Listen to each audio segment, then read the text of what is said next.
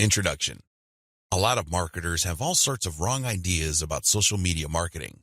Some think that you only need to post viral content to get tons of traffic overnight. They actually believe that if you are able to pump that much traffic to your target website, a large chunk of those people will buy whatever it is that you are selling. Maybe you're selling services, maybe you're selling an event, or maybe you're selling products from an online store. It doesn't matter.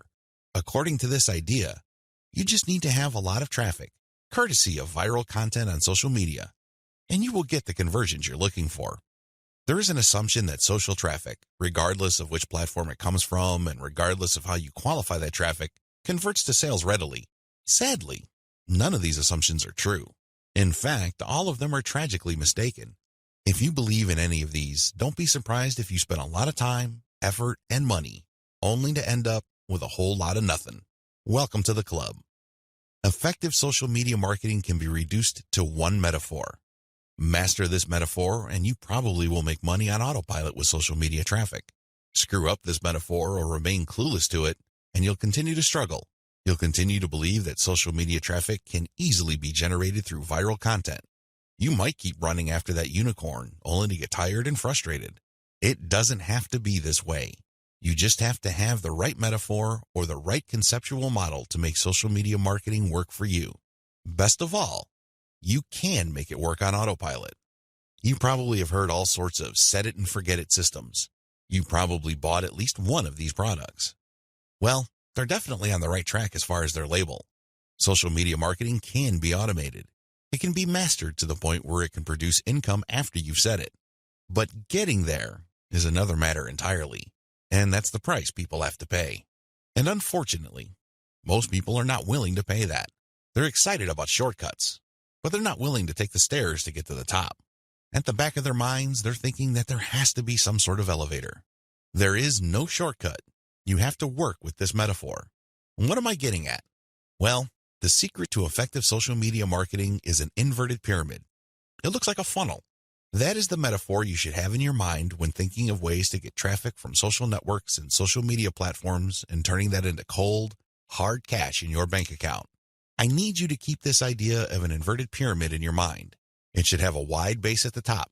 The top of that pyramid is heavy visibility. It has to be there. You need to be visible on the 4 major social media platforms. I'm talking about Facebook, Twitter, YouTube, and Pinterest. Taken together, the traffic volume you can get from these 4 platforms is mind-blowing. They can potentially pump a tremendous amount of traffic, but that's just part of the equation. That's just the top of the funnel. Potentially, you can push a lot of traffic from the top. That's how wide the top of the funnel is. This training will focus on these 4 platforms, but you can pretty much use the tips that I'm going to share with you and modify them to market on other platforms, since many of these principles easily apply. You might need to modify them a little bit. For example, if you were thinking of marketing on Instagram, a lot of the things that I will teach you about Facebook, Twitter, YouTube, and Pinterest can be tweaked to work well on the Instagram platform. Now that you have a clear idea of the heavy visibility that you can achieve with social media, keep in mind that visibility does not mean traffic or clicks to your site. This is a myth. The visibility that I'm talking about means visibility on those platforms. When people share your content within those platforms, you can enjoy a tremendous reach within such platforms. But this does not automatically mean that when you share content on Facebook, people who see your link on the materials shared by their friends would automatically click them. Get the idea out of your head that raw visibility, or as Facebook terms it, reach, automatically translates to traffic. It doesn't work that way. Instead, you need to start with heavy content visibility on each platform. People must see your stuff there. You must achieve a wide enough reach. People may not necessarily click on through to your site, but that's secondary. At this point, you just want your brand to be visible. You just want people to become familiar with your brand. So what's the big deal about visibility anyway? You may be thinking, since visibility doesn't mean actual visitors to your website, what good is it? Think about it this way. When was the last time you saw an ad for the first time and automatically clicked it? If you're like most other people, you probably would want to see the ad show up a few times for you to become familiar with it. You might glance at it from time to time. You might read the description from time to time. But after enough showings, you might seriously think of clicking through. The same applies to your content on social media platforms. Don't expect that just because you come up with catchy titles and nice attention-grabbing graphics that this is enough for you to expect a tremendous amount of clicks to your website. It doesn't work that way. People have to be comfortable enough. Your content has to become familiar enough for them to click on it. When audience members click on the content you share through your social media accounts, they get a chance to like your page, follow your Twitter feed, pin your posts, or subscribe to your YouTube channel. They still stay on the platform, but they get a chance to subscribe to your account or follow you. This is the second stage of the social media funnel or inverted pyramid. You have to develop some sort of in-platform credibility. Your content is not just this random material that came out of nowhere. Even if people don't click on it, they see enough similarity in terms of branding, graphics, as well as other content cues so that your brand stands apart from everyone else's. Again, they may not necessarily be motivated to click, but with enough repetition through social media channels targeting certain topic categories and hashtags, your brand doesn't remain an unknown quantity. Once you have people checking your content out through your social media accounts, you can then send them call to action content, CTA. This content recruits people to your mailing list. This social content that you're sharing offers some sort of incentive. Maybe you're giving away a free booklet. Maybe you're giving away software. Whatever the case may be, there is some sort of giveaway to incentivize people to click on that link, enter their email address, and join your mailing list. Whether you use freebies, special content, special free tickets to an online webinar that's pre-recorded, it doesn't really matter. Whatever the case may be, the end game is to get people to join your list. The end game? When you look at the funnel, the end game is to get people to that narrow end of the funnel. At that end, you're not necessarily getting them to click on an ad to buy something. You're doing something far more valuable. Instead, you're calling them to action so they join your list. You are converting your social media reach, meaning the top end of the funnel, to list membership, which is at the very narrow point at the bottom of the inverted pyramid. This is where the magic happens. Once people join your list because you have successfully incentivized them to enter their email on your squeeze page, you get a tremendous opportunity to build a long-term sales relationship. That's really the best way to describe it, because when people give you their email addresses, what they're really telling you is that they trust you enough to want to have a business relationship with you. This means you should not abuse that relationship. You should not send them garbage. You should not send them spam. And by spam, I'm talking about material that is not related to the topic of your list. Stay on message, because if you're able to do this, you would have a tremendous opportunity to shape the conversation and continue to sell and convert your list, not just once, not just twice, but over the long haul. There are many successful list marketers who make 7 figures every single year, and all they have is a mailing list. It all depends on how you build that list, who's on that list, and what you are selling on that list. Regardless of how you cut it, you can turn what would otherwise be a huge amount of social media reach into a loyal list. This is the secret to effective social media marketing. You probably haven't heard this before. I wouldn't be surprised, because the vast majority of social media marketing books out there try to trick you into thinking that you just need to harvest all this traffic from social media so people can click like monkeys on the ads on your website. Maybe that worked when Facebook first launched nationally. It definitely doesn't work today. Sadly, this is where too many marketers fail. They screw this up. Now that you know the secret, here's some bad news. This is precisely the point where too many marketers screw up. When they're sending social media content, they promote their squeeze page directly. Although the squeeze page gives away freebies and incentivizes people to sign up, this is too much too soon. And, not surprisingly, a lot of these marketers burn through a lot of exposure just to get people to their list. Worse yet, when these people join their mailing list, they're completely unprepared. They don't know what to expect. They're not properly conditioned. A lot of them are not even fully qualified to become list members. So what do? They end up doing a whole lot of nothing. This is actually the worst kind of list member. It's much better to just have a very tiny list, because if you have a huge list and almost everybody doesn't do anything to put money in your pockets, you're going to be paying for those list squatters month after month. Alternatively, you might attract list bouncers. These are people who join your list just to get whatever premium you're offering, download it, and then promptly unsubscribe. They have effectively bounced from your list. Effective social media marketing. Effective social media marketing means using your social media traffic and highly effective content shared on social media to build successful relationships. Your email list is going to be the platform you will use to convert the relationships made possible through all that social media traffic. You're essentially creating highly targeted mailing lists using content shared on targeted channels on social media. This is the secret to effective modern social media marketing. What social media marketing is and what it isn't. There's a lot of misconceptions regarding what social media marketing actually is. In fact, when you come across people who call themselves social media marketing consultants or practitioners, chances are very high that they will give you different definitions. Part of this is due to the fact that there are many different points of emphasis when it comes to social media marketing. Some people focus on the content. Others pay more attention to the network that the content is going to be addressed to. Others give more of their focus to social engagement. Naturally, to the layperson, social media marketing is a big question mark. I understand if you're confused at this point. In fact, you may be so confused that you try to simplify things in your head and end up focusing on how to get as much traffic for as little effort as possible. That is precisely how a lot of online entrepreneurs and marketers approach social media marketing. Sadly, that is a one-way ticket to failure or disappointment. It's not just going to work out sooner or later. With any kind of project, you have to have the right definition. Otherwise, you're making things harder on yourself. Depending on the definition you go with, you might have all sorts of expectations. And if these outcomes do not come to pass, your resolve and your motivation levels start to suffer. You have to work with the right definition. A winning definition. With all of the above said, what is social media marketing for our present purposes? Well, since this training uses list marketing as its main vehicle for converting social media reach into cold, hard cash, social media marketing is all about content-based audience relationship building. Let me repeat that. Social media marketing is all about content-based audience relationship building. You need to use content in a strategic way. You need to speak to certain audiences and build a relationship with them.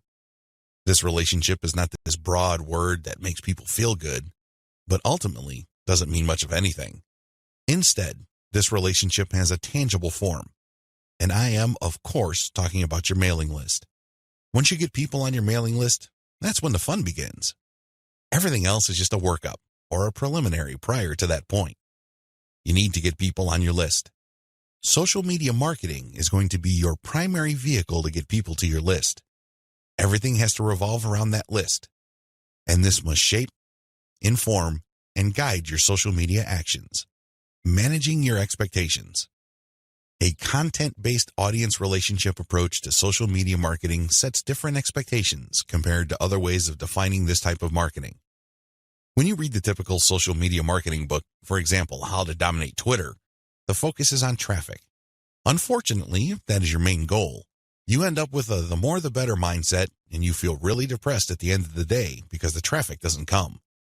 Even if it does, there's not going to be enough of it. You have set yourself up to fail.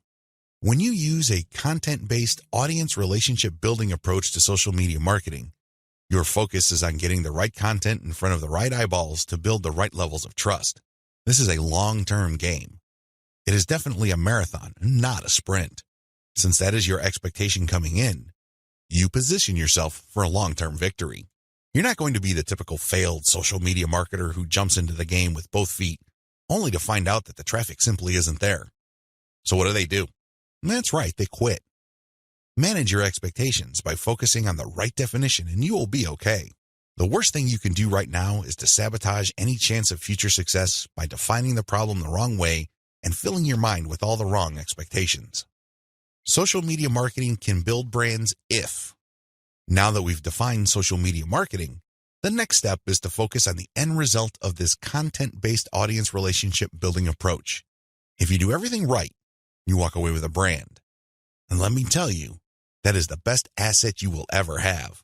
Now, in terms of real-world traffic, you may get a low to moderate level of traffic, but if you build a solid brand, that traffic is all you need. That is qualified traffic. These are not random people just blindly clicking on links out of curiosity. These are people who are actually interested in whatever it is you are trying to sell. They want to truly learn more. They want to build a relationship with you because they want to know what you're about, like what you have to offer, and eventually trust whatever it is you are pushing. These are real people. And this is only possible if you build a solid brand. You have to deliver solid value. I wish I could tell you that content marketing is enough to do it. I really wish I could say that, but that is not true. That only explains part of the situation. Sure, you have to deliver content that people truly are interested in, but at the end of the day, when they join your list, they are expecting and deserve value. That's how you build a solid brand. When people join your list, they will quickly find out that they did not waste their time because you send high-quality updates that actually add value to their lives. Social media marketing can explode the rate at which brands are formed. That's why a lot of people are ranting and raving about social media marketing. But a lot of them are clueless as to how to build a solid brand. Most of the time, they just stumbled into it. I'll let you in on the secret. It's all about content-based audience relationship building. There are many different parts to that equation, and I'm going to walk you through them in a practical way in the following videos. In this section, I just want you to wrap your mind around the definition and the expectations that flow from it. This is how we tightly define the project that you're going to embark on. Anything less, chances are, you're going to beat yourself up unnecessarily because you just had unrealistic expectations. This is not one of those get-rich-quick schemes. This is not one of those overnight success stories. This requires real work. This is the real deal. Are you ready for the journey? Great. Let's get on to video 2. 8 reasons why you need to do social media marketing. Just to be sure, if you are in any way, shape, or form unclear as to the value of social media marketing, here are just 8 reasons why it needs to be part of your comprehensive online marketing plan. Maybe your current plan puts more emphasis on search engine marketing. Maybe you're currently focused on outreach. Well, those are all well and good. But to really round things out and add a lot more value to your current online marketing campaign, social media marketing has to be part of the equation. It doesn't have to take center stage. It doesn't have to be your overarching priority, but it has to be a part of the total mix. Here are just 8 of the thousands of reasons why your company, regardless of its size, needs to do social media marketing. Reason number 1, social media's huge direct and viral reach. If you build a solid page on Facebook, you develop a direct reach. This means that a certain percentage of people who like your page will see your updates. While it is true that Facebook has been reducing the organic reach of Facebook pages recently, there's a workaround to that. When people go to your page, you can instruct them to like your page and then click your page's settings to show your updates first. You might want to show a video that teaches people how to do this. You might even post an animated GIF. Whatever you do, clue people in that they can fix their settings to see your updates first. Now, for people that take the time and bother to do this, you have to offer content that is really valuable. This puts the onus on you. There has to be real value on your page for them to want to do this. But you can increase your direct reach by instructing people. On top of that, when people like your content, they can share it on their wall. Since people on Facebook have friends and their friends have friends, this can easily have an exponential effect. In fact, even if your page only has 100 likes, but these are real people with real friends, don't be surprised if one of your posts gets really viral and spreads all over the place. Social media enables you to have a large direct reach. It also provides you with a tremendous opportunity to enjoy an exponential content coverage. Reason number 2, social media is habitual. While different demographics have shown softening or weakening of social media usage on a daily, weekly, or monthly basis, this still doesn't take away from the fact that a lot of people habitually use social media. In fact, a lot of people do this the first thing in the morning. When they wake up, they go to their mobile phone or tablet and check their updates. It can easily become a habit. This gives you a tremendous opportunity to get your content and brand in front of many interested eyeballs. Reason number 3, target audiences use different content formats. The great thing about social media marketing is that you're not restricted to just one content format. You're not restricted to video, pictures, links, blog posts, text, or audio files. Instead, different platforms specialize in different formats. And when you create content for one platform, you can easily make different versions of it in different formats to spread out to other platforms. For example, I write a blog post and post it on Facebook. I create a very attention-grabbing graphic for that blog post. So when I post it on my Facebook page, A preview of the image shows up and it grabs a lot of attention. People click on it and they end up on my website. I can take that graphic and share it on Pinterest. I can take the text of my blog post or article and create a slideshow video out of it and share it on YouTube. I can also take that video and embed it in my blog post. I can strip different parts of the article or post itself and feed it into Twitter along with the link to the full post or article. Do you see how this works? You get access to the different audiences or those different platforms by simply repurposing or recycling the same content that you made for one platform and sharing those other formats on other platforms. This increases your potential reach. Reason number 4, most social media platforms can be segmented. If you've ever been to Instagram, you know that when you see a picture, it usually has many different tags. If you've been on Twitter, you'd see that a lot of the hot tweets also have hashtags. Those tags are very valuable. When you use a tag with your content, you are essentially categorizing your content. People use those tags to search for content. This is a very powerful segmentation tool. People who are looking for cute Chihuahua puppies will use certain hashtags that are different from people looking for libertarian political posts. If you have a very tightly defined audience, social media platforms' built-in segmentation tools and features can definitely help you. You probably already know that huge audiences that are not very targeted are essentially worthless. Thanks to social media marketing segmentation features, you can get a smaller volume of people from many different platforms, but you can rest assured that these people are actually interested in whatever it is you are saying. These segmentation tools go a long way in helping you to find a very refined and well-qualified audience base. This, in turn, increases your likelihood of making a sale. Reason number 5, sharing content on most platforms can be automated. Thanks to tools like Hootsuite and Social Oomph, you don't have to worry about manually going to Facebook or Twitter and copying and pasting materials from a document or spending hours setting up your scheduled posts. You can automate your posts to publish up to 6 months on Facebook. This means that you can set up your Facebook account to post 6 to 10 or more times every day, but you don't have to babysit it because you have fed the content in. The best part is that a lot of these automation tools use bulk feeds, meaning you can format your content in an Excel file and convert it to CSV and plug into these tools. You don't have to input the materials one by one. Talk about saving a lot of time while also maximizing your reach. Reason number 6, you can run a 2-track marketing campaign using mailing lists. The heart of a content-based audience relationship marketing campaign on social media is to build a highly targeted mailing list. Now, this is not what you think. A lot of people are thinking that once they build the list, they're on their way to becoming a millionaire. Absolutely wrong. They're missing a step. When people join your mailing list, it really is a general mailing list. By general, I'm not saying that it talks about all subjects under the sun. I'm not talking about that. Instead, I'm talking about general interest in the specific topic. You really don't know yet at this point who is a buyer and who is a person who is simply looking for information and is still trying to make up their minds whether they trust you enough.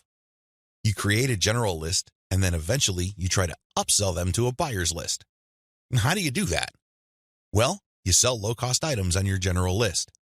You can sell a booklet for $1. It doesn't really matter what the price is. It has to be very low because what you're really trying to do here is that you're trying to give people a means to identify themselves as a buyer, and you want to make it as smooth and easy as possible. $1 is almost an afterthought to most people. They won't think that it's too painful to buy your product. But once they get to your buyer's list, you eliminate them from your general list, and now you have a pure list of buyers. That list, my friend, is a gold mine. That's where you send your money-making updates. That's where you get people to check out your case studies and get them to pay top dollar for whatever affiliate programs or original products you are pushing on your buyer's list. This is called a 2-track marketing campaign. It's extremely powerful, and it has made a lot of people rich. But you have to step away from the very common mistake of thinking that once you get a lot of people to your mailing list, you have it made. Absolutely wrong. There is another step that you need to take. Reason number 7, your brand gets natural repetition through multi-platform marketing. Assuming that all your social media accounts on all 4 major platforms look similar to each other, you get many bites at the apple. You really do. When people run into your brand on Facebook, there's a chance they might run into your brand on Twitter. If there is enough graphical similarity between your brands, then they can see that you're all over the place and they can converse or engage with your brand regardless of where they are on the internet. Eventually, this builds a tremendous amount of familiarity and people might become so comfortable that they join your mailing list when you call them to action. The best part of this is that it happens naturally by you simply creating accounts on all the major platforms. Your brand speaks to people who are interested in your niche, regardless of where they go. Reason number 8. Save money through content repurposing. Make no mistake about it, content generation is expensive. Even if you hire highly qualified, talented, skilled, and experienced people from countries with huge numbers of people who speak English as a second language, you can still be out thousands of dollars every year. High-quality writers from places like India, Pakistan, and the Philippines may be cheaper than American writers, but their costs still add up over time. One of the things about social media marketing that really excites me is the fact that you can create content and repurpose it into many different formats. This reduces your cost. If I hire a writer from India and pay that person $1,000 a month, I can get a fixed amount of content. At this point, I can choose to pay that person another $1,000 to get even more content, or I can take whatever content he or she produced and turn them into videos, infographics, or strip them down into questions for tweets. I can turn them into diagrams. I can take the voiceover of the video that I produced and turn it into a sound file. I can even make a slideshow of those materials. Once I have all this repurposed content, then I can share them on format-specific platforms. For example, I can share the slideshows on SlideShare. I can post the infographics on Pinterest. I can post the product shots or general product pictures on Instagram. I can post the questions on Twitter. I can also post the videos on YouTube. Best of all, I can post all the formats on Facebook. Do you see how this works? When you do this, you buy content once, repurpose it, and share it so you get a higher chance of getting traffic or visibility with that repurposed content. You're not creating content constantly. In fact, the name of the game is to produce as little content as possible, but market these high-quality pieces widely. This is how you maximize their value. The old idea of constantly publishing content just to get a few eyeballs here and there is dead. Seriously, that's a one-way ticket to the poorhouse. Your better approach would be to make that content work for you by converting it into many different formats. You then share these different formats on platforms that specialize in those formats. I hope the 8 reasons above are clear and that you are pumped up to do social media marketing right. In video 3, we're going to talk about picking a social media marketing campaign that is most likely to produce results for your type of online business. See you there. You need to modify your social media marketing campaign based on your online business type. I know this video is going to throw a lot of people off, but people need to understand this. One of the major reasons why a lot of otherwise intelligent and experienced social media marketers fail to get the results that they're looking for is the fact that they're using the wrong approach. Their approach to social media marketing and the websites they're promoting is a one-size-fits-all approach. Now, you don't need me to explain to you why that's a bad idea. It doesn't work in most areas of your life, and it definitely doesn't work when it comes to social media marketing. You can't look at this project with the mindset that as long as you pull traffic from social media platforms, then you can use the exact same method and the exact same communication tactics, regardless of the online entity or business you are promoting. Since we're using content to develop relationships on social media platforms, this one-size-fits-all approach is even more fatal. I mean, it's a bad enough idea as it is, but if you were to use a content-based campaign, it gets even worse. The reality is that different business types require different content and publishing strategies. You have to customize, modify, and tweak your particular content and publishing strategies on social media to fit the type of website you are trying to promote. Now, there are a huge number of website variations out there. In fact, there are too many. I would venture to say that the only limit really is your imagination. But if you were to categorize these different website types into 4 rough forms, they would more or less fall into the following: publishing, e-commerce or dropshipping, email lists, and traffic sales. Again, there are many variations of these, but if you were to look at the different types of businesses out there, you can pretty much reduce them to these 4 types. When you study these closely, they have different needs. They have different features that must be addressed. Otherwise, you're not going to get the results you're looking for.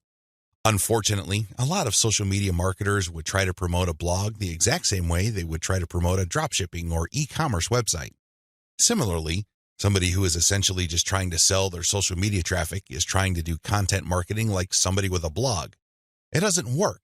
It doesn't make any sense. The bottom line is obvious. Different strategies require different content types. You must start with the type of online entity you are promoting. Are you promoting a blog? Do you have a website that uses a lot of articles? Do people contribute content? Well, you have a publishing website. Do you have a dropshipping online store? Maybe you built it with Shopify and you use Overload to get products from AliExpress. When people buy stuff from your storefront, your software orders the materials from AliExpress and you keep the difference. Maybe you sell from your own inventory. It doesn't really matter. You run an e-commerce website. This is very different from a publishing business. Similarly, if you make your money through your mailing list, you can't market on social media the same way as you would if you had an online store. Again, different strategies require different content types. What do you have available? Now that I've gotten you thinking about how special your specific website target is, I need you to look at the different content types available to you. You need to think outside the box. You need to look at all the available options out there and how you can create content that is tailored to your specific type of online entity.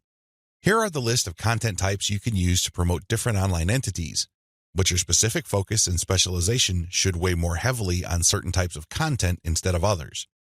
Audio clips, slideshows, infographics, diagrams, blog links, videos. The bottom line, don't just think links. It really freaks me out. In fact, it really saddens me when I see a lot of otherwise capable social media marketers focus almost entirely on spreading their links. They think that this is the end game. Well, yes, links are important. I can see where they're coming from because when people click on a link, that's instant traffic. But you have to understand that depending on the type of target site you are promoting, you would build a tighter brand if you share different types of content. In many situations, you probably would be better off sharing more audio or infographics and diagrams than if you were sharing naked links because people are bombarded with links every single day. You have to pay your dues. You have to become familiar enough to your target audience members using these different content types for them to eventually trust you enough to click on your link. Unfortunately, a lot of people have this in reverse. They start with the links, and when they get desperate, they then use other types of content. At that point, they're a day late and a buck short. Don't do that. Instead, use the derivative content first, and then play up the links. Also, not all of these formats work with your particular style of website. I would suggest that you look at your competitors first and pay close attention to the type of content they are currently sharing. What kind of format do they use? Are they sharing mostly picture quotes? Are they focused primarily on video? Do they have a special fondness for diagrams? This is not random. This is actually telling you all you need to know about how to appeal to your target audience members. This is no time to be revolutionary and come up with something new completely out of left field. That's not going to work. There's a reason why your competitors are not doing this. At this point in the game, you should focus on what everybody else is doing and reverse engineer their formats. Once you have established a distinct brand, then you can experiment with different formats, different ways of doing things, and possibly coming up with something that is distinct to your brand. But until and unless you reach that point, you need to focus first on reverse engineering what everybody else is doing. In other words, let them do your homework. Focus on what they're doing right and build on it. Figure out their areas for improvement and come up with a more compelling offer. Pay attention to what they're not doing. Avoid those because obviously it doesn't pay. I hope I'm being clear here. Make sure that your content types as well as your sharing strategies fit the type of business you're in. A little bit of reverse engineering can definitely go a long way. The classic way to do social media marketing and why it is a waste of your time. Before I jump into the actual meat and potatoes of this training, I need to devote some real estate to how other people are doing social media marketing. I need to do this because it's very tempting for people to engage in the same practices. I can see where they're coming from. It is easy. It's like seeing some chump change in front of you, and it's almost irresistible to fight the urge of bending over and picking up that change. But when you do that, it will throw you off.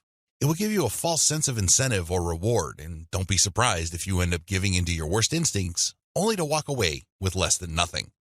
This happens all the time because human beings, being the way they are, would always take the path of least resistance.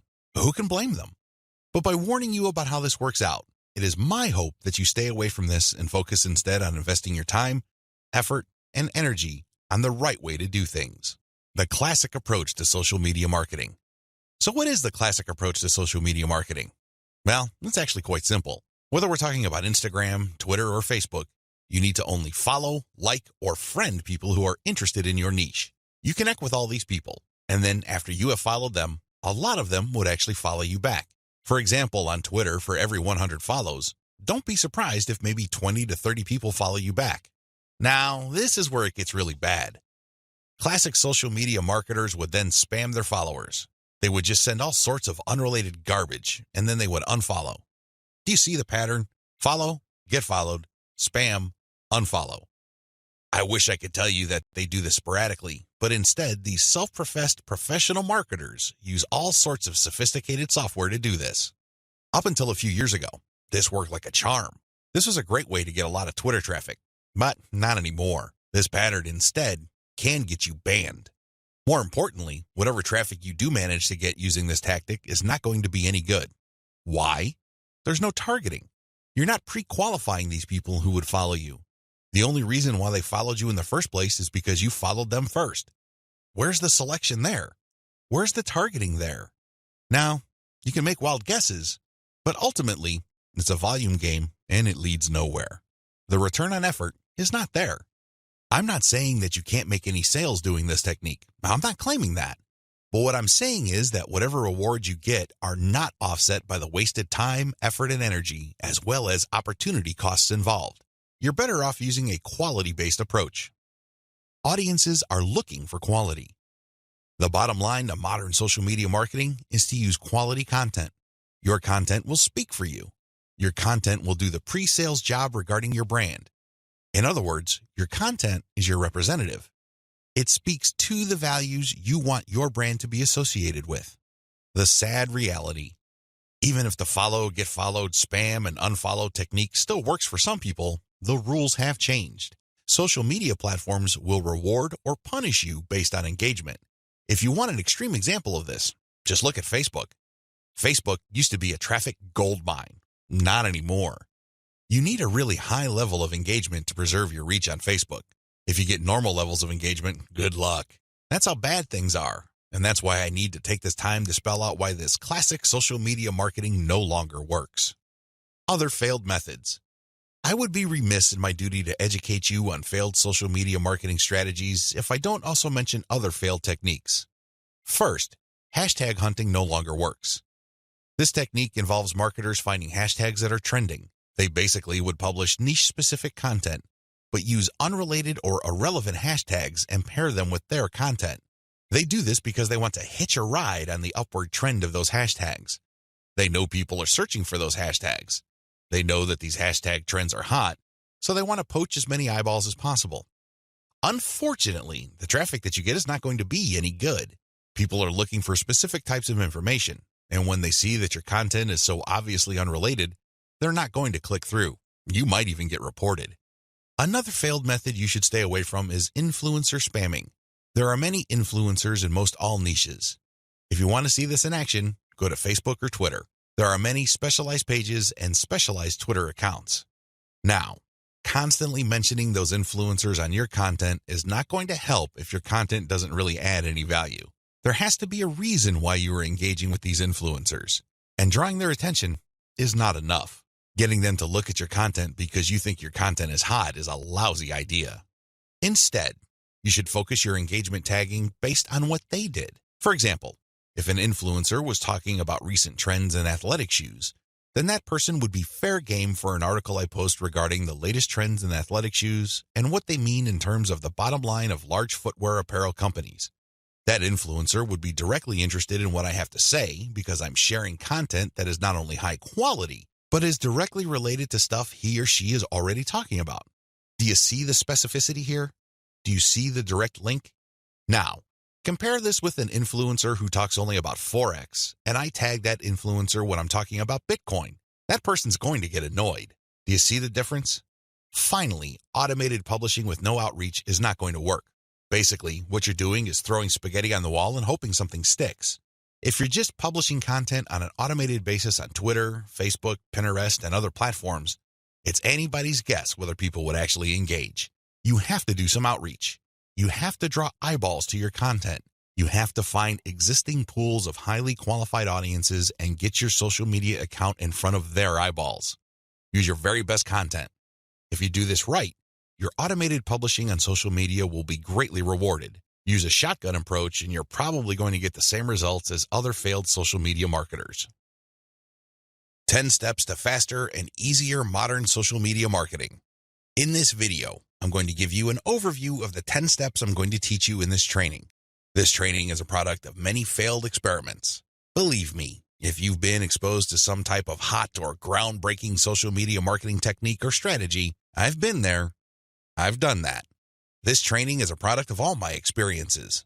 I know what works and I know what doesn't. I also understand that people have different skill levels, time horizons, and project resources. I understand the limitations. I understand most people's concerns regarding social media marketing. Accordingly, I've come up with a 10-step program that appeals to most social media marketers, regardless of how small or how big their budget is, and regardless of their skill levels. If you're looking for a truly effective social media marketing game plan that you can set up to pretty much work on autopilot, this is it. Please understand that these steps that I'm going to lay out are exactly that, steps. You need to follow them. You can't skip a step. You can't assume that since I mentioned certain keywords or I'm talking about certain themes and topics that you have mastered this already. I need you to look at all this information with an open mind and pretend you are learning social media marketing all over again. If you don't have that mindset and you are all too eager to skip steps, don't be surprised if the plan that I'm teaching you will not work for you. How can it? You zip through it. You rushed. You skipped through certain key parts. You need to be patient with this program by going through each step. Don't go to the next step until you've mastered the step you're on. I know you're busy. I know you don't have the time, but you need to do this right. Otherwise, you only have yourself to blame if things don't work out. Are we clear? Okay. Here are the 10 steps to faster and easier modern social media marketing. Niche research and targeting. Content curation. Reverse engineer your competition's top content. Create fine-tuned payload content. Market your mailing list right. Unlock the power of repurposed multi-platform content. Automate content sharing. Scale up your targeting. Sell to your list differently. Reinvest your profits the right way. Those are the 10 steps. I know they sound pretty simple. They definitely appear pretty straightforward, but the devil, as always, is in the details. See you in the next video. How to do niche research and targeting the right way. I can't even begin to tell you how many times I've run into social media marketers and they automatically want to know about traffic generation. Forget about niche research. Forget about consumer intelligence. Don't worry about setting up the right site to get in front of the right target audience eyeballs. Let's just skip straight to the good stuff. That's the kind of mindset that I run into all the time. And that's why a lot of people struggle in this game. You have to understand that until and unless you find yourself barking up the right tree, you're just going to be chasing your tail. I know I'm using a lot of dog analogies, but these are the most appropriate. Most people are simply just chasing their tails and wasting a whole lot of time doing stuff that doesn't really add to their bottom line. A lot of these, and I would guess all of them, can be quickly dispensed with if people only did niche targeting ahead of time. In other words, know your audience. Since you have a clear profile of who your target audience is, the next step is to go to these different social media platforms and find them there. Believe it or not, whatever it is you are promoting, regardless of how esoteric, obscure, or weird it may be, there are already people on social media platforms talking about or showing interest in whatever you are promoting. I know it sounds crazy, it sounds weird, but it's absolutely true. Your job as a marketer is to find those audiences on these social media platforms. The way to do this, of course, is to identify your business's target audience. Sadly, most marketers don't even bother with this. Instead, they just look at social media marketing as a simple task of finding traffic. That's it. That's the name of the game. That's all there is to it. If you want to be successful, you need to be clear about who your target audience is. And believe me, this is not always easy.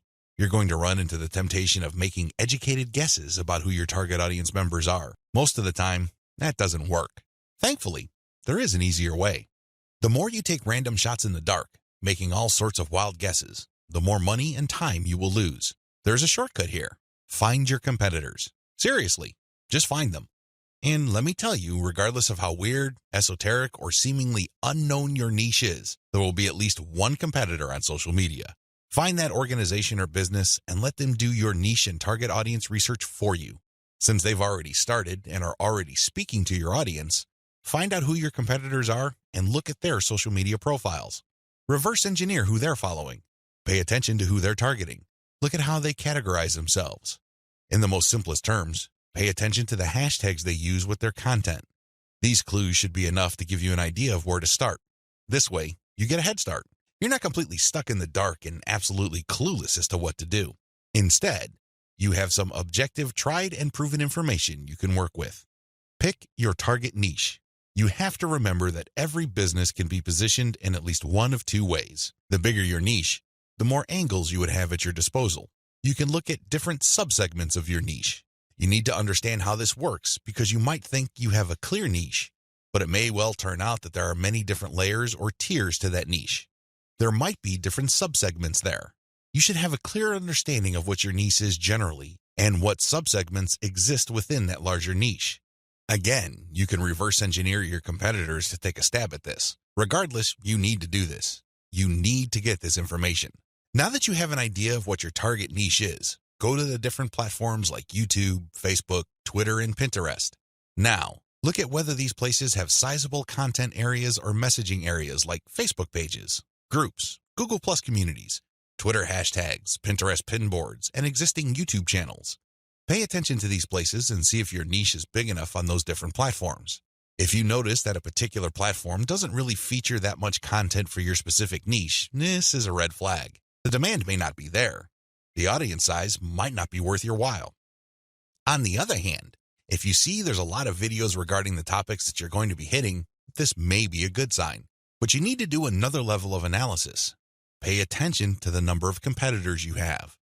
If there seems to be a huge number of competitors fighting over the same niche, then this is going to be a problem. But if it turns out that there's a lot of content targeting your niche, but they're only produced by a handful of people or organizations, this is an encouraging sign. Also, pay attention to how active your target audience members are. Look at the content that's being shared regarding your niche. Do you see a lot of engagement? Do people share this stuff? Is this hashtag quite prevalent? Look for these and other objective indicators of activity. When you wrap your mind around these indicators, then you should have a clear idea of whether you should target your niche at a particular platform or whether you should ignore a platform altogether. List out your niche indicators. While you're doing reverse engineering, pay attention to how your niche is indicated on platforms. These involve hashtags, categories, keyword targets, labeling patterns, and tags. Use these to do the analysis I described above. Again, in any niche, there are sub-niches. So your goal here is to find a sub-niche or a way of positioning your content so you don't run into a ridiculous amount of competition. You're still tapping into a sizable pool of demand, but you're not making things impossible for yourself by running headlong into well-entrenched professional competition. You will probably need to keep experimenting with different sub-niches until you find one that is promising enough. Content curation, your secret social media marketing weapon. Now that you have picked the specific sub-niche that you're going to be targeting, as well as finished doing advanced research on where your sub-niche or niche segment audiences are located on social media platforms, the next step is to find content. I've got some good news and some bad news. The good news is that you stand to save a lot of money. The bad news is that you need to put in a lot more time and pay attention to details. There are no two ways about it. You cannot drop the ball when it comes to the quality of the content that you are going to be sharing on your social media accounts. Each and every piece of content you share must build your brand. This is non-negotiable. You can't just pick random pieces of content that somehow, some way has something to do with your niche. That's not going to help you get the right eyeballs. That's not going to help you establish the kind of credibility and authority you need to eventually convert highly specific and qualified traffic from social media into cold, hard cash. What is content curation? As I mentioned above, you stand to save a lot of money with content curation. This should be obvious. After all, you're not going to be using the content that you yourself created. Content curation is all about picking other people's content and sharing those materials on your social media accounts. This creates a win-win situation.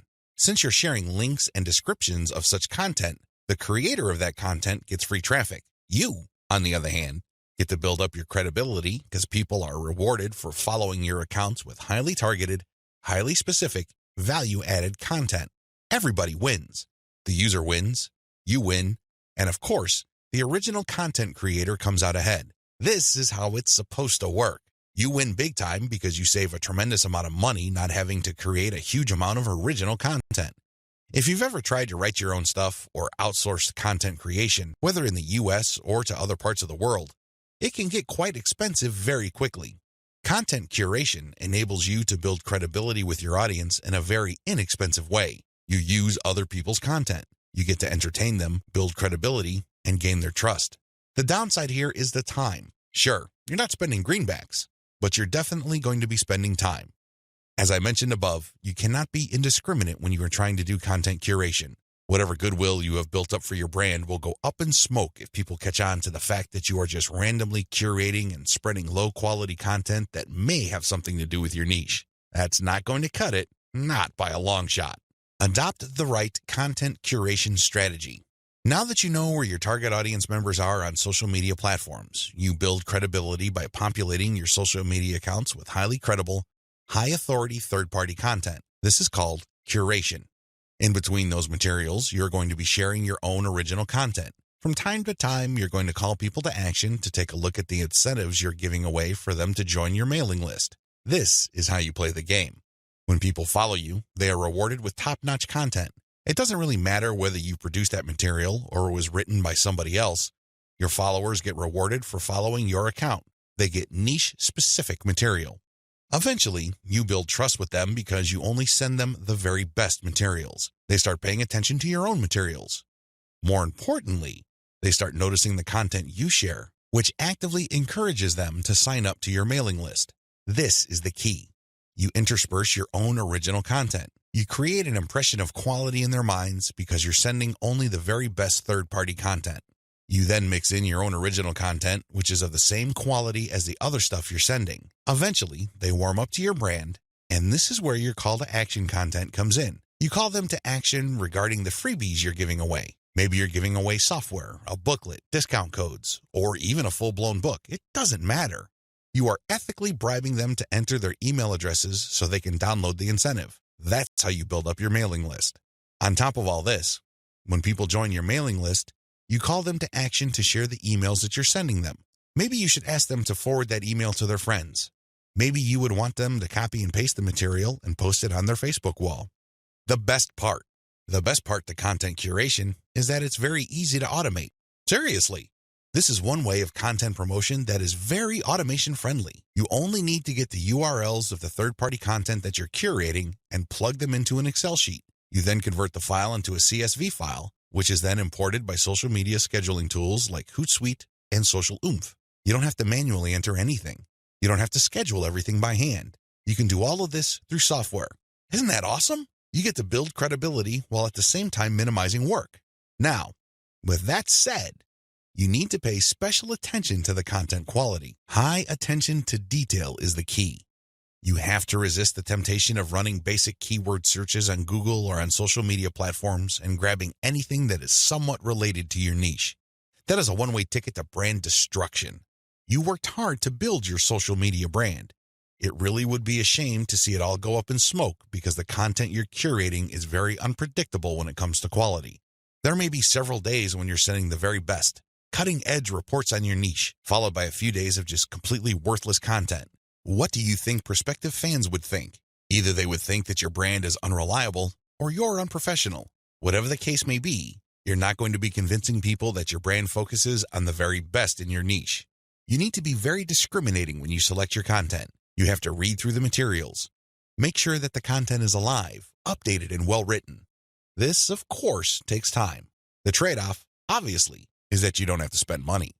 Regardless, you need to pay close attention to the content that you're sharing because it represents your brand. The quality it contains either makes your brand look good or erodes your brand. It's your choice. Reverse engineer your competitors' top content. In the previous video, I mentioned that you're going to have to mix in your original content. Now, the question that's probably on the top of your minds is, how do I know which content to produce?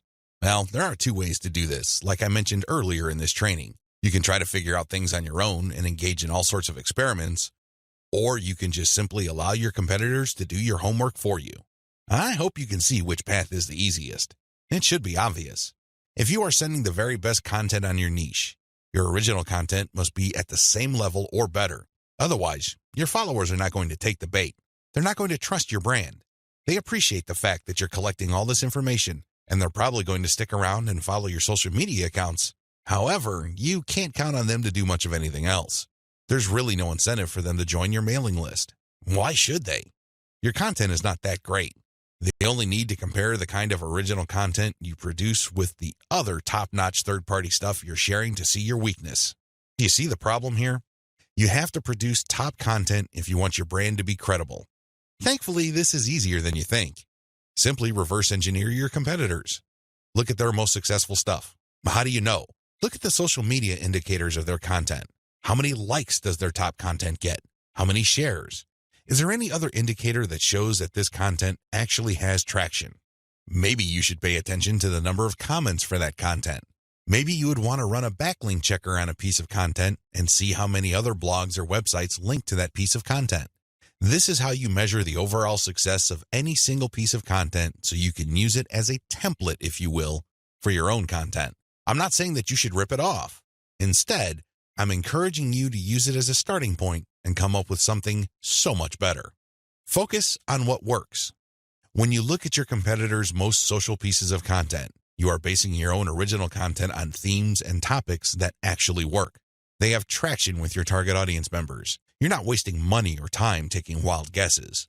This is one of the most common mistakes social media marketers make. They think that they have the best ideas regarding hot content in their niche, so they come up with all sorts of content that they think is just plain awesome, only to fall flat on their faces.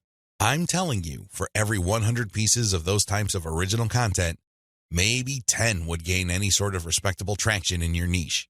It's too expensive, and it burns too much time. Thankfully, there is a better way. You just need to reverse engineer your competitors' most successful content. Use that as a starting point. You can adjust them. You can modify them. You can come up with your own variations. But at least you get a head start. At least you're in the ballpark when you start off. You're not just taking random shots in the dark. Learn from your own success. After you have started curating and mixing in your original content, pay attention to your statistics. They should tell you which of your content gets the most love. If you notice that a handful of your curated third-party content gets a lot of retweets, shares on Facebook, or any other indication of social media engagement, pay close attention to those pieces of content. At some level or another, they struck a nerve. They caught your audience members' attention in a very positive way. Find these successful curated pieces of content and create original versions of them. Similarly, if you have many different original pieces of content, only a handful of them will be really successful. Pay attention to those. Find them. Once you've identified them, create more of them. Focus on the same themes and present similar information the same way. The key here is to focus on what works and expand it and grow it. Ditch the stuff that failed. Build on your strengths. Create derivative, cross-platform variations of your most successful content. Now that you have a clear idea of how to create content that has proven traction, don't just keep reverse engineering it. While you need to continue doing that, you also have to do something else. Create derivative or cross-platform versions. For example, one particular type of blog post does well on all your social media accounts. Identify its themes, pay attention to its patterns, and come up with another blog post. See if that works. If you achieve the same level of success, you're onto something. This is not a fluke. This is not a one-time thing. You have struck on a theme that your audience members readily enjoy. The next step is to take things to a whole other level. Instead of just cranking out yet another blog post, create videos about that theme, make specialized diagrams, produce infographics. Take these materials and share them on social media platforms that specialize in those formats. For example, for blog post URLs, share them on Twitter and Facebook. For videos, share them on YouTube. For diagrams and infographics, share them on Pinterest. Drilling even deeper, look at your hottest blog posts and strip out key questions and use these as leads or titles for tweets. Tweet the same content several times over the course of a week. Of course, don't drop it all in 1 hour, but space them out. Still, when you use the right questions, you become very visible on Twitter. Pair these with the right hashtags. The bottom line, the great thing about content curation is you save a lot of money, but you are also positioning yourself to build on your strengths. You focus on things that you're doing right and figuring them out so that you can predictably produce successful content.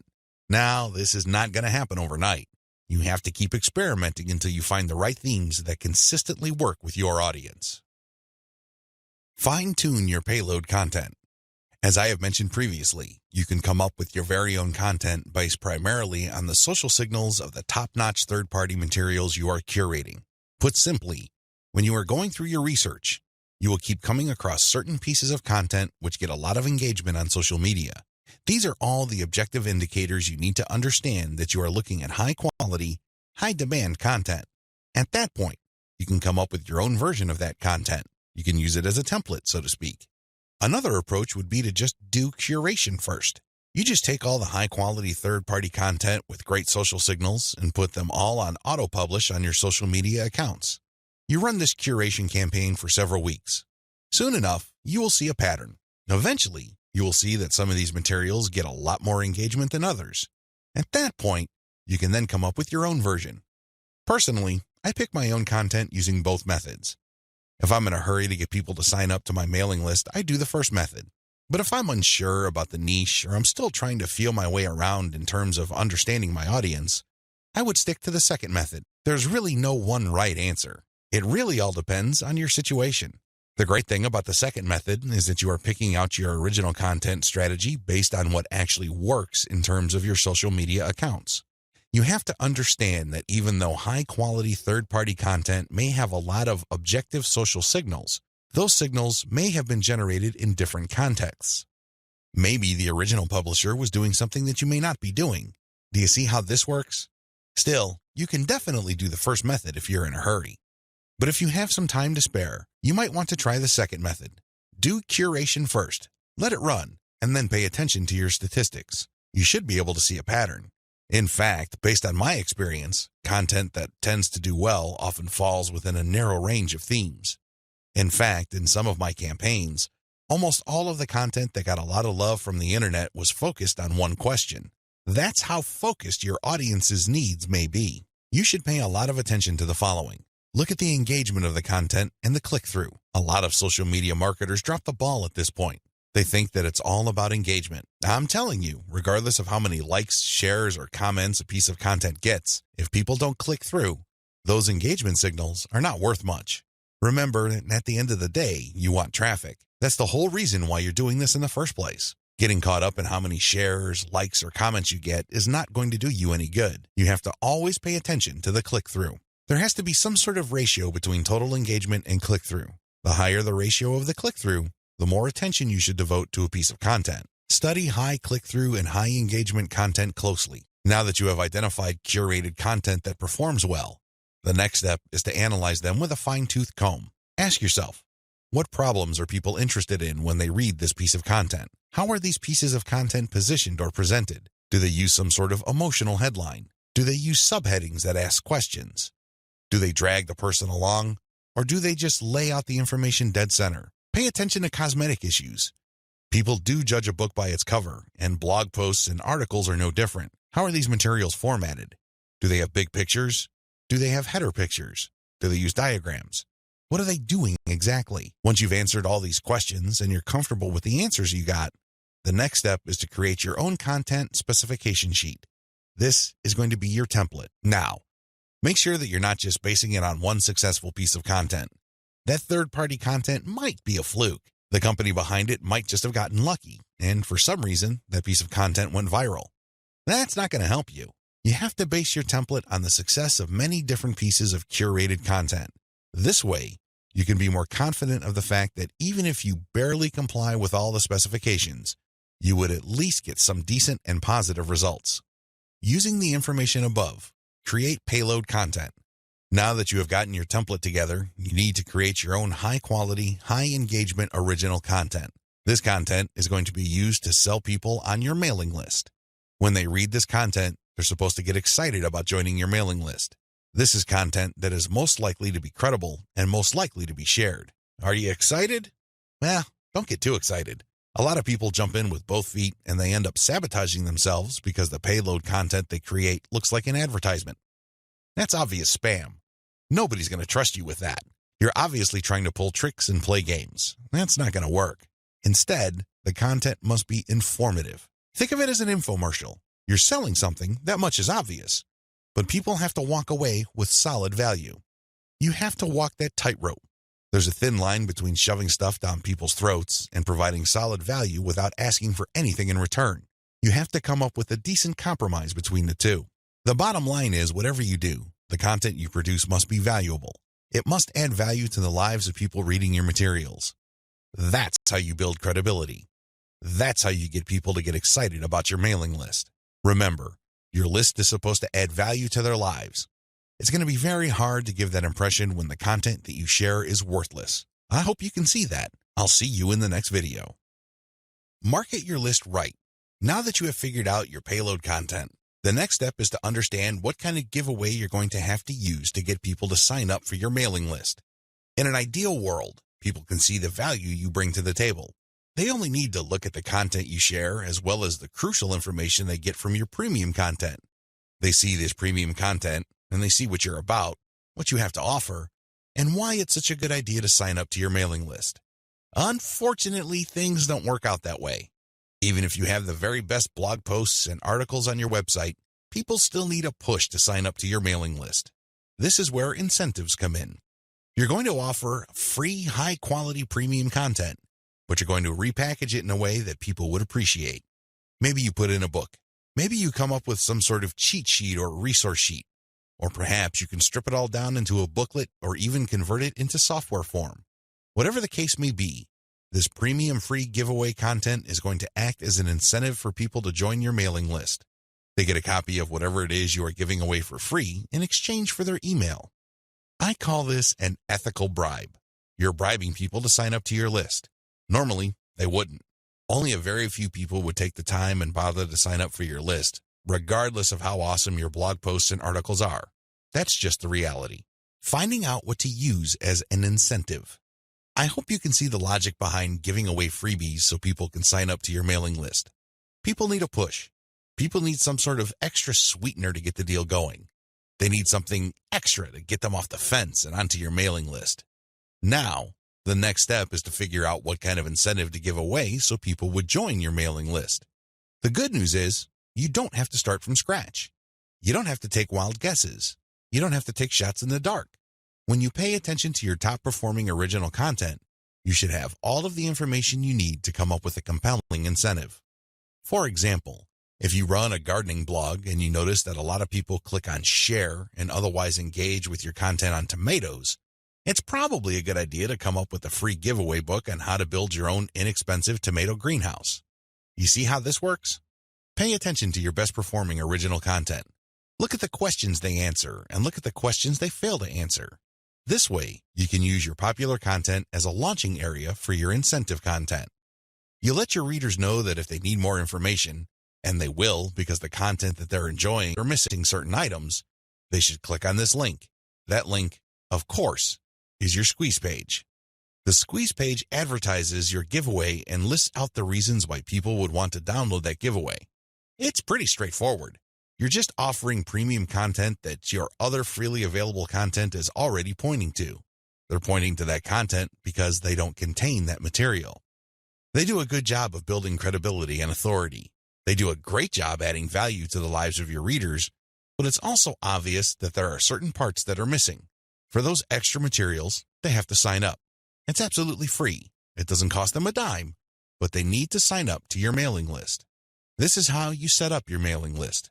It has to be closely tied to your premium content. Coming up with incentives or freebies that look like they came out of left field because they're unrelated to whatever it is you're currently doing is not a good idea. Chances are quite good that you're going to fail. When you come up with incentive content that is directly related to the materials you're already sharing, you create a feeling of value. There's also a feeling of exclusivity. After people have seen your content and have become aware of what you are and what your brand is about, you let them in on a special premium. This is a special deal that other people who haven't accessed your brand have no idea about. Position all your original content to push your mailing list first. To play up the value of your incentive content, you first have to promote the value of the mailing list. I know this sounds counterintuitive, but if you think about it, it makes all the sense in the world because, in reality, it's the mailing list they're signing up for. The freebie that you're giving away is just a bribe. It's intended to get people to enter their email address and nothing more. If you were to use all your original content to play up the fact that people can get this additional content, don't be surprised if people sign up to your list and quickly unsubscribe because they really don't care about your list. Again, you're walking a tightrope here. On the one hand, you want people to get excited about the premium you're giving away for free in exchange for their email address. On the other hand, you want people to see the value that they would get by being members of your mailing list. This is how you should play it. All your original content should push your mailing list first. I'm not saying that you should not tie it into the incentive, but your original content should highlight the fact that when people join your mailing list, they will continue to get valuable information. This is the key, because when you use your tried and proven content to push mailing list membership, people are less likely to join your list and immediately unsubscribe. They are aware of the value that the list can possibly bring to their lives. You then play up the premium content as part of the membership. In other words, it's an extra. It's not the main focus of the list. Keep the list separate from the premiums you use to get people to sign up to your list. I hope this is clear because you want to play up the list first, but it must be obvious that you are using the premium content, whether it's a free book, a booklet, a cheat sheet, some sort of pre-recorded video, or something else, as a means to get people to make a decision. That's the bottom line. You want the incentive to push people to make a decision to join your list, but all your original content, and your website by extension, should push the reader to see the value of being a list member. A lot of social media marketers completely blow this. They think that it's all about marketing the incentive. Well, to continue with the example I raised earlier, what happens after you get people to sign up to your list in exchange for the greenhouse guide? That's right, nothing. Why? You played up the value of the greenhouse guide to such an extent that people are clueless as to what other value they would get from your mailing list. Indeed, don't be surprised if people start reporting your list as spam after you start sending them updates. They were so focused on getting the free book that the updates from your mailing list completely took them by surprise. This happens all the time because of faulty messaging on your blog or website. You cannot afford to play the game this way. You worked hard to pull all this social media traffic to your site. You spent a tremendous amount of time, effort, and resources to build a solid brand. Unfortunately, you're dropping the ball if you market your mailing list this way. You must sell the list first, but the incentive must be used to push people to make a decision. This is the proper order of priority. Anything else will fail. Set up your squeeze page for maximum social appeal. As I mentioned earlier, you should use your content to push your mailing list. You should use your content to upsell your squeeze page. But this doesn't mean that you can get away with badly designed squeeze pages. It's not going to cut it. Your squeeze page must be well designed. After all, this page is a specialized recruitment page. When people get on this page, you have to make the case as to why they should join your list, and not just for the incentive. While the incentive takes a big chunk of the real estate of a squeeze page, you should be clear about the fact that people are signing up to your list. With that said, you have to make your case. Why should people bother with your updates? Why should people stay on your mailing list? What kind of value would they get? Remember, people are always asking what's in it for me. Your squeeze page must answer that question effectively, clearly, and powerfully. Your squeeze page must be well designed enough to be able to make that connection, while at the same time, it must be easy to market on social media. Maybe you should have a graphic on your squeeze page that can be easily posted on Pinterest. Maybe you should have a video on your squeeze page that can be easily shared on YouTube.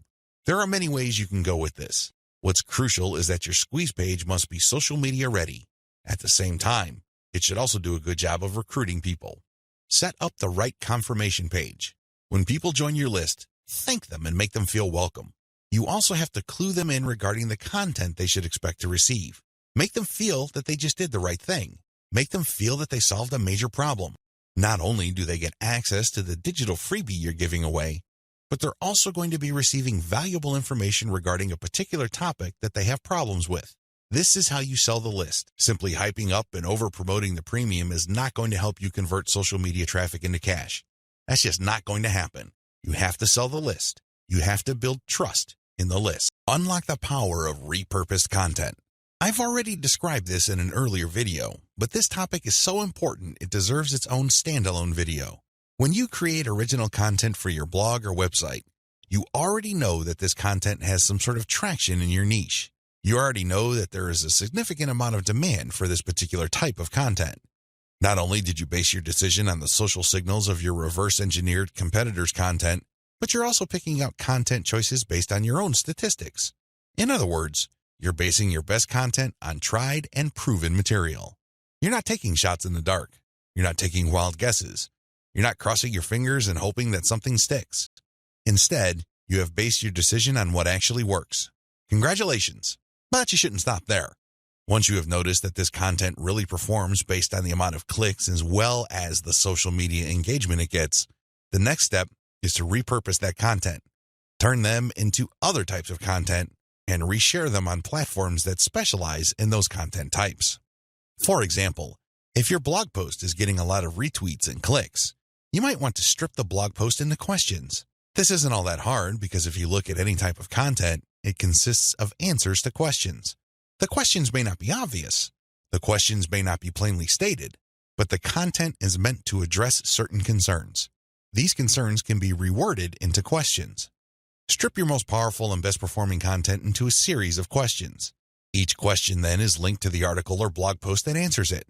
Tweet these and pair them with niche-specific hashtags. By using automation tools, you can rotate different questions that essentially promote the same piece of content. Since you're rotating hashtags, there's a high chance that different people looking for different segments of your niche would become aware of your tweet and possibly click through. Another thing you can do is turn your article into slideshows. Each article brings to mind many different mental images. Come up with different pictures for each of the topics raised by your article and create a simple slideshow using PowerPoint. Share these PowerPoint presentations on SlideShare.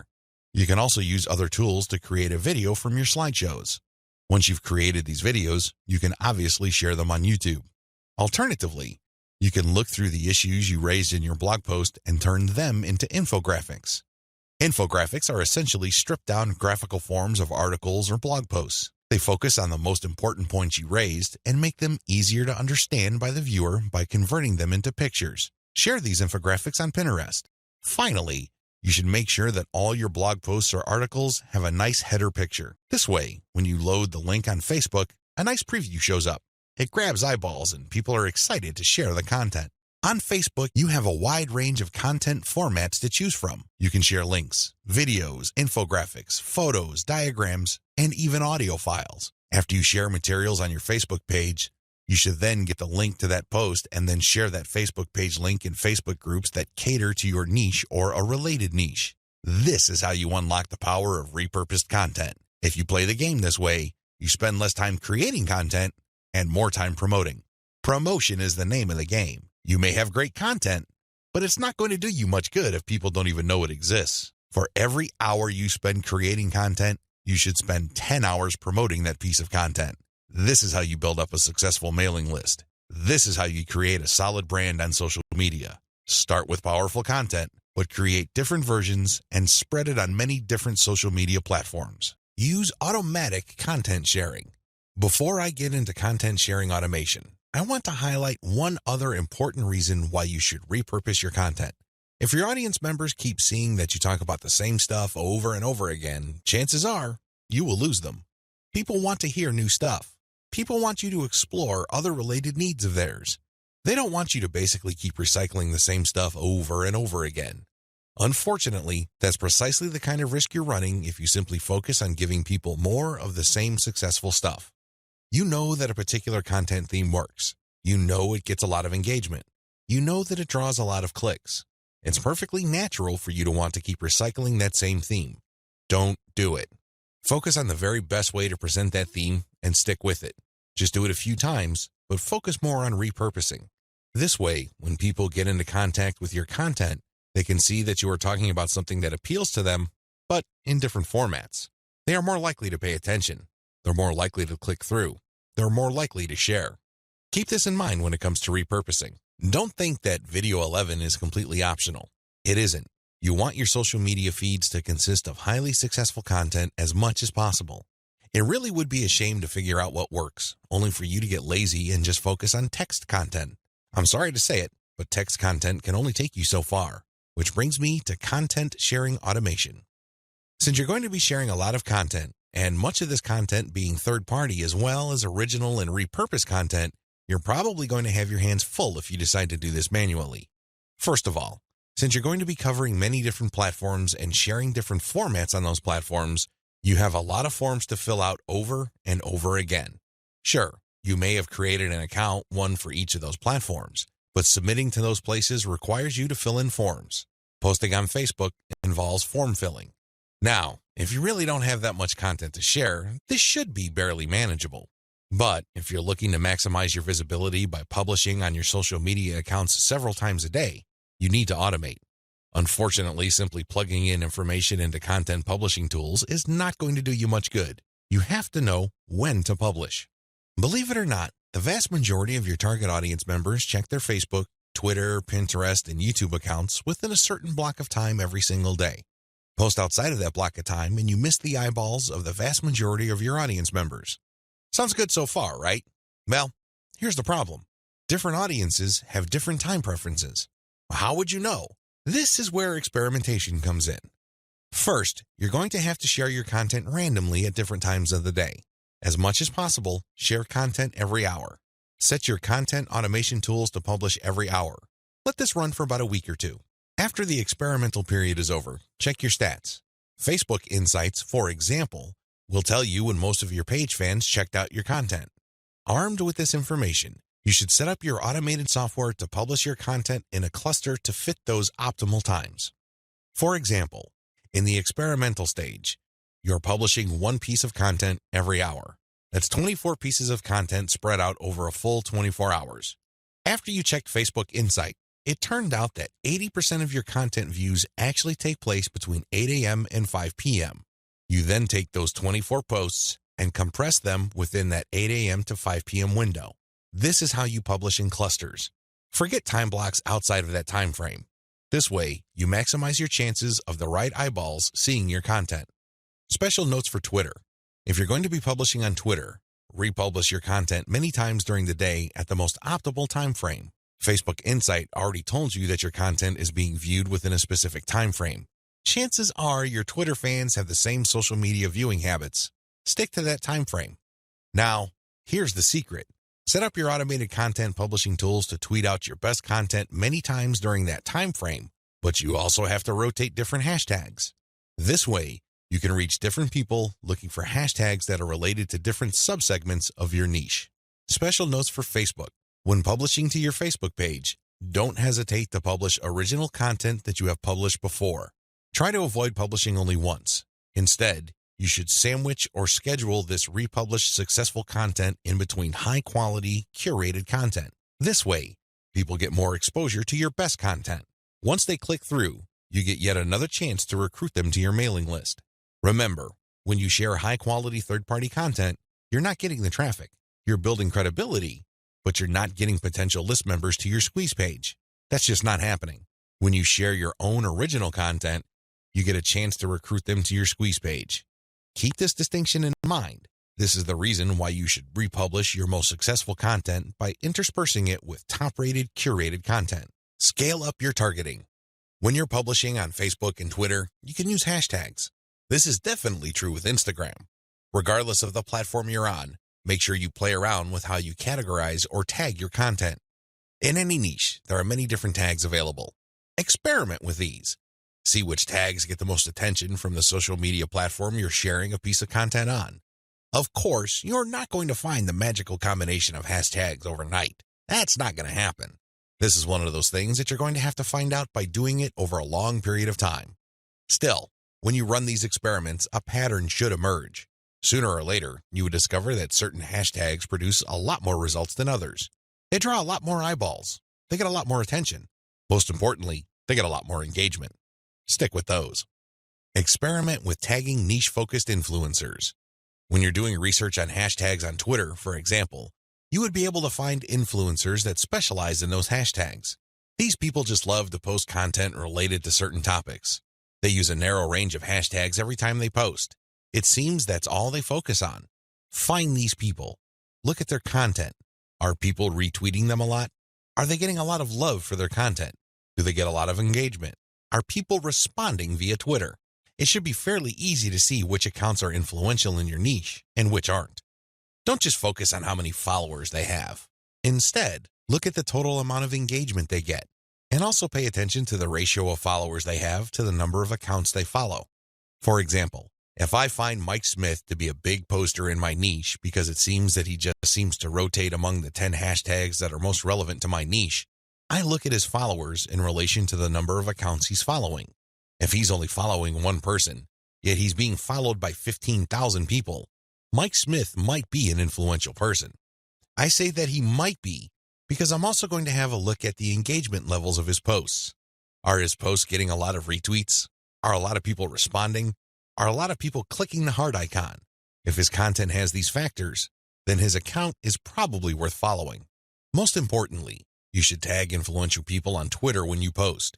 You use your most powerful hashtags and you mention them in your post. This can help you get on their radar. These people would be put on notice that you are also sharing content that is similar to the stuff that they are interested in. If they check out your stuff and they like what they see, don't be surprised if they share your content with their following. Engage with them. Let them know about your questions or suggestions.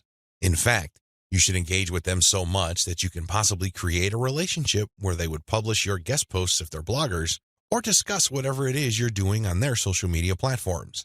At the very least, when you partner with them, they become part of your content distribution network. In fact, a lot of them can even get you interviewed on influential blogs in your niche. Don't think that influencer engagement is simply restricted to tagging people. That's just the beginning. It's actually the tip of the iceberg. They can do so much more for you. You just have to continuously engage them and be social. This doesn't mean that you have to kiss their butt. This doesn't mean that your stock response to all of their posts is amazing post or great post, I love it. That's not going to work. That's not going to push the ball far enough. You have to actually engage. And oftentimes, this might seem like you're criticizing them. This might seem that you are offering a negative view, but you need to get their attention. You need to bring home the point that you actually know your stuff and that you are also credible in the same niche space. That's how you get them to take you seriously. That's the kind of engagement that builds respect. Otherwise, you're just going to look like another member of the choir. They really don't have any incentive to interview you or post your guest content. Why should they? You're not really sharing any information or suggesting any points of view that are different or distinctive. Experiment with paid traffic. Only after you have spent a lot of time drumming up free traffic from social media marketing should you even think of buying traffic. I know this sounds a bit extreme, but it's the absolute truth. Why? Well, in the beginning, you don't know when your target audience members will be reading your content. In the beginning, you don't know what their demographic breakdown looks like. How many males compared to females are in your audience pool? Do males or females like certain types of content that you share? What are their age ranges? Where are they located? I hope you see the big picture here. You have to use free traffic to do initial audience intelligence.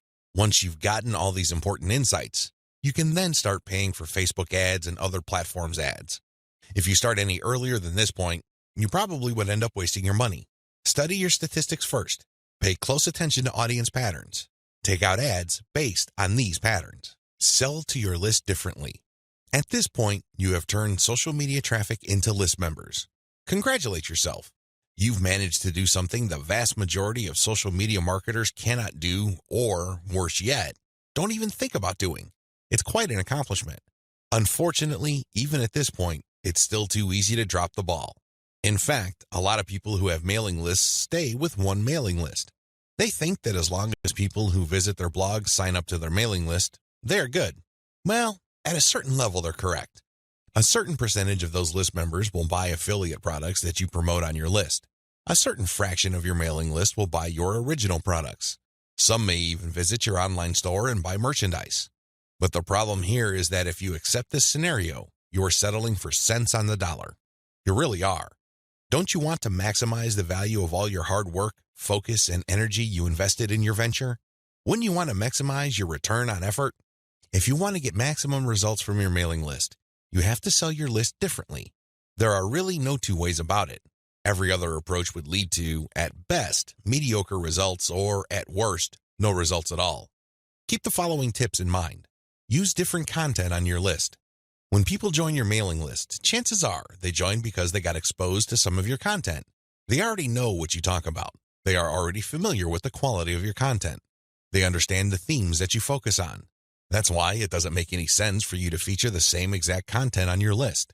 Sure, you may make some changes. You might change the title. You might even switch things around. But people aren't dumb. They can see right through that. They can see that you are recycling content and feeding them stuff that they have probably seen before. Do you think this kind of practice builds confidence? Do you believe that doing things this way will build trust? Of course not. You have to use different content. What kind of content will you have to use? Well, first of all, you already know what your most popular pieces of content are. Start with these. No, I'm not talking about republishing them. I'm talking about analyzing them and seeing where the gaps are. Are there any questions that are left unanswered? Are there any questions that were raised by the answers that you gave in those popular pieces of content? These should be enough to get your mind going as to the kind of finely tuned, high-value content that you're going to be sharing on your list. Remember, your updates are the ultimate reward to your list members. Sure, you may have positioned your squeeze page to reward subscribers with a premium, but once they downloaded that premium, they really have no other incentive to keep reading your emails. Do you see how that works? So do yourself a big favor and make sure that the update content you send is the reward. That's how you get people to open your emails and read your materials over and over again. Reward them for being on your list. Don't drop your guard. Don't take it easy. Don't give in to laziness. This is your time to rise and shine. Everything else that happened before this was just a dress rehearsal. This is it. This is where the rubber meets the road, and you better perform. Use premium content.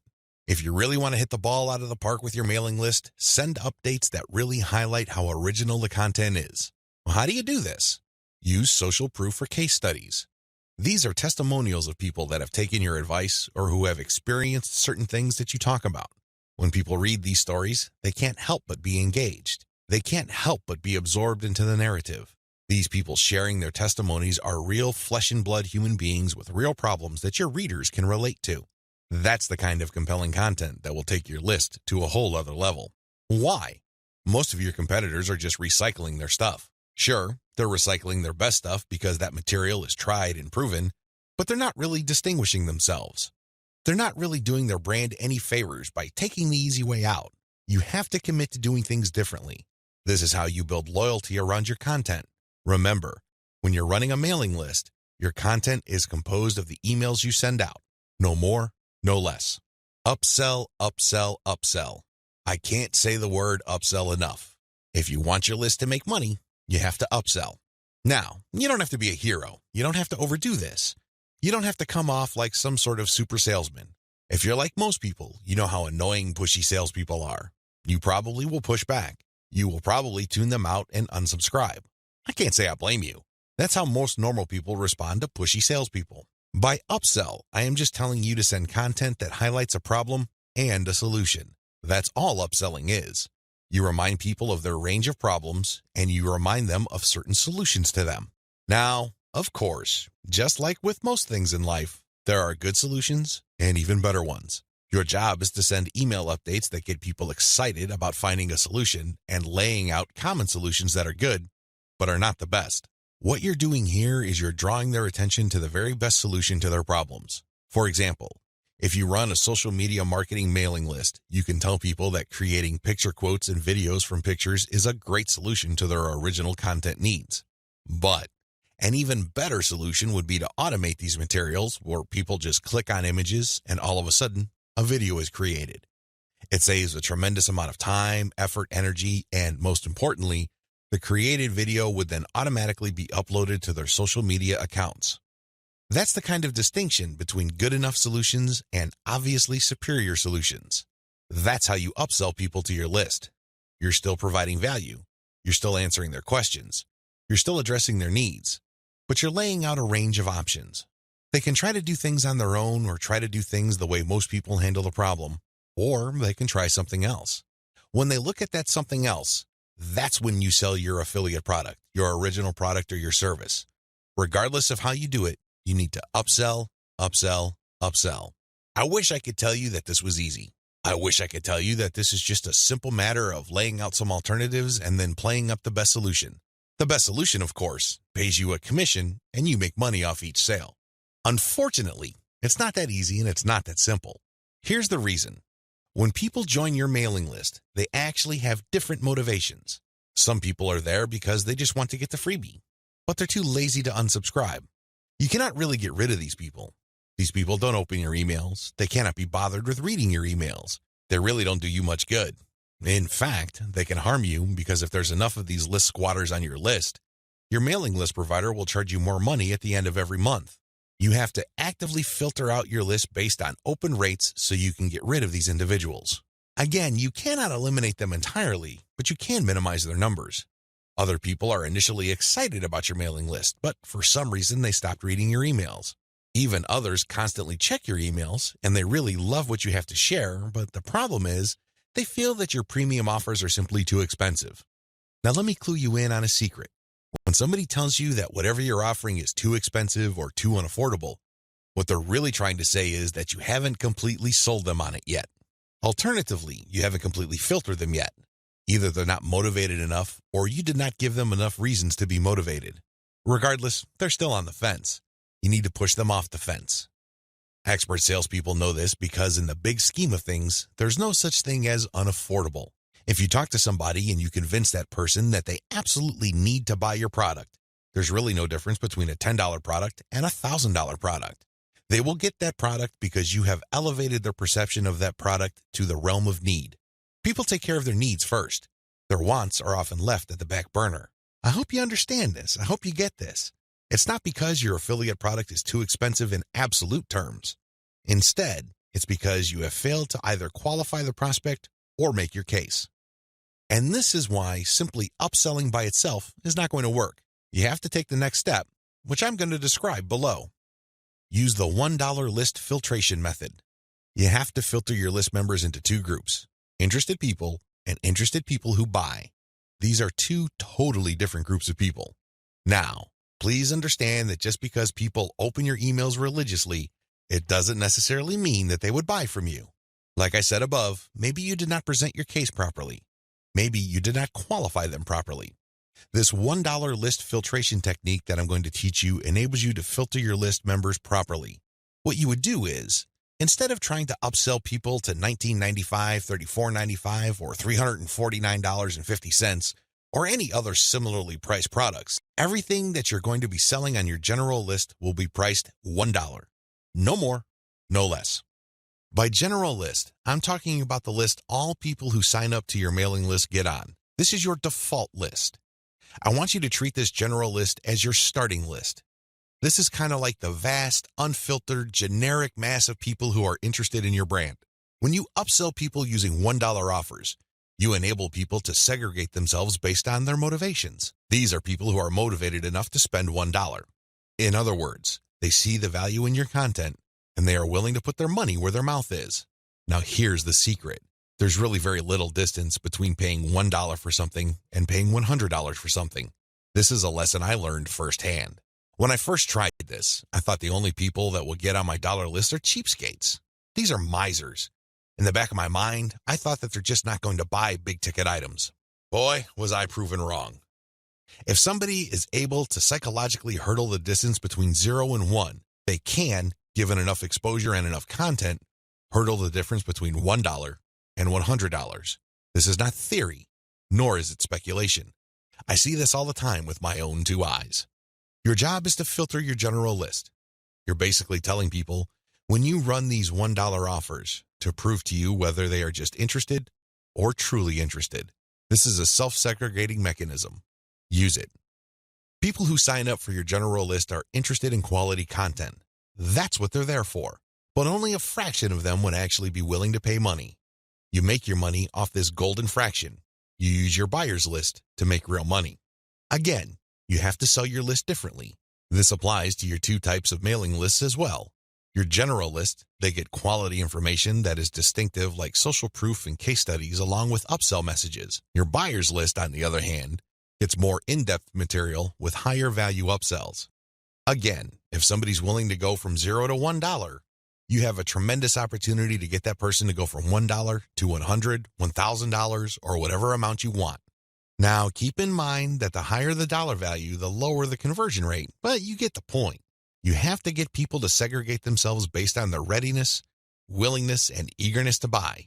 And since $1 is essentially friction-free, this list filtration method works like a charm. Reinvest your profits the right way.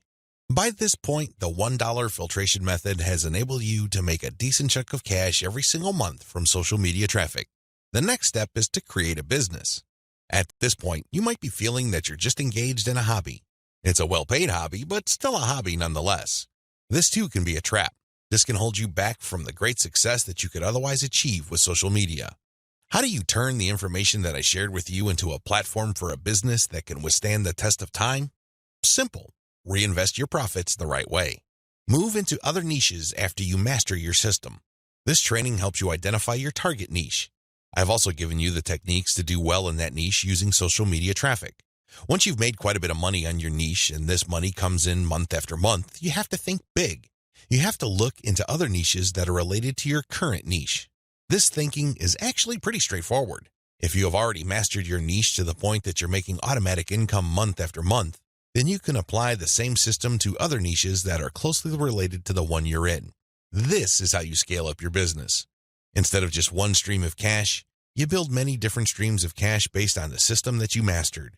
You know what hashtags to target. You know what kind of content gets eyeballs. You know how to present information on social media. You know how to promote a mailing list. These and many others form part of your system. It really would be a shame to restrict that system to just one niche. Once you've mastered those, find niches related to those and grow into these other fields. Highly successful list marketers don't just operate one list. They operate dozens, and this translates to 6, if not 7-figure incomes year after year. If they can do it, so can you. Buy more targeted traffic after you find out what works. Once you have discovered the type of content marketing strategy on Facebook that works, you can buy targeted traffic. How? Use Facebook's lookalike technology to target people who share the same interest profile as your existing audience. This is what's so awesome about Facebook. This is also what gets them into all sorts of hot water. Believe it or not, accept it or not, Facebook is spying on you the moment you log into the platform. It pays attention to what you like. It pays attention to what you comment on. It pays attention to what your friends like. And it makes all sorts of predictions regarding your behavior and your interests. Accordingly, if you like certain topics, it creates an interest profile. Facebook's lookalike audience technology enables you to find people who haven't visited your Facebook page who share the same interest profile as your current fans. Talk about an amazing technology. Take advantage of this. It enables you to show your brand in front of eyeballs who are more likely to appreciate it. Invest in more original content. You might want to invest in original content. If you're already making a decent profit from your current system, you might want to take things to the next level and add a whole lot more value to the lives of people following your brand on different social media platforms, as well as in your blog or website with original content. Now, this doesn't mean that you have to roll up your sleeves and write everything yourself. You can hire professional writers to do this. Thanks to global outsourcing, you can get high-quality original content from places like Ozkey.org without it costing you an arm and a leg. You can get high-quality content that truly engages your audiences without it killing your profit margin. Invest in more content updates. This advice really flows from the previous point I raised. If you're going to be investing in more original content, automatically you will be investing in more content updates. You will have a lot more original materials to share. These two actions go together. Regardless, you need to step it up in terms of content updates so you can pack a lot more value. Invest in your original products. When you're started out setting up this system I teach you in this training, you probably would be focused on affiliate products. You get an affiliate from an affiliate program, you market that link on your email updates. When somebody clicks on that link and buys something, you get a commission. Pretty straightforward, very simple. Well, if you really want to make a lot of money, you have to turn your back on affiliate marketing. You really do. Instead, you have to sell your own stuff. The reason why you need to do this boils down to control. When you are selling other people's materials, you are at the mercy of their squeeze page, their landing page, and ultimately, the quality of their product. What if their product sucks? What if their sales page converts only a fraction of the people it could otherwise have converted? You lose out. That's the bottom line. If you want to maximize your control over your income, you need to invest in your own original products. Thankfully, outsourcing is always available to you. You You can outsource to professional companies like Ozkey.org or other specialized content producers to help you produce high-quality original materials for cents on the dollar.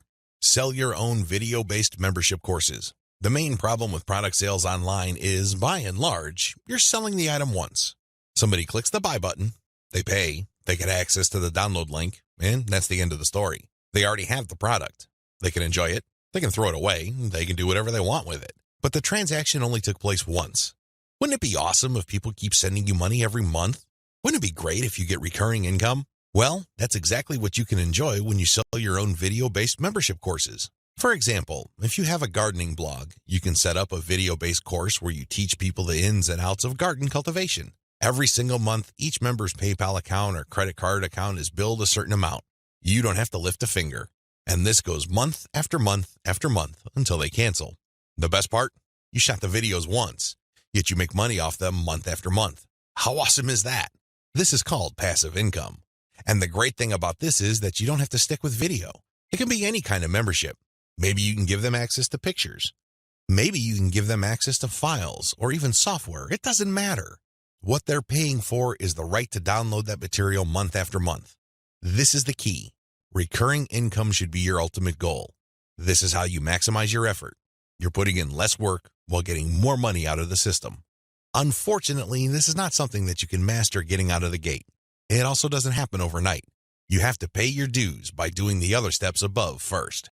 Conclusion. Social media marketing confuses a lot of people.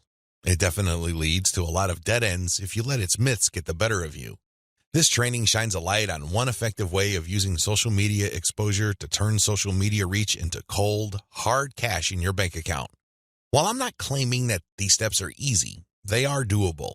You just need to follow instructions. You need to conduct experiments and focus on what works.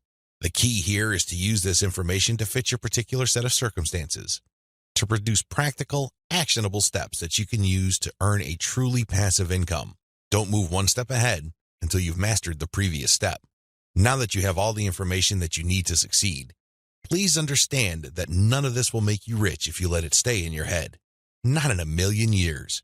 You have to take action on them. You have to get that sense of urgency that you need to make this information a reality. The longer it stays in your head, the less likely your finances will change. Give yourself a deadline. Commit to a firm start date. Once that date comes, start. You don't have to be a hero. You don't have to hit a home run the first time you step up to the plate. As long as you're making a small step forward, that is good enough.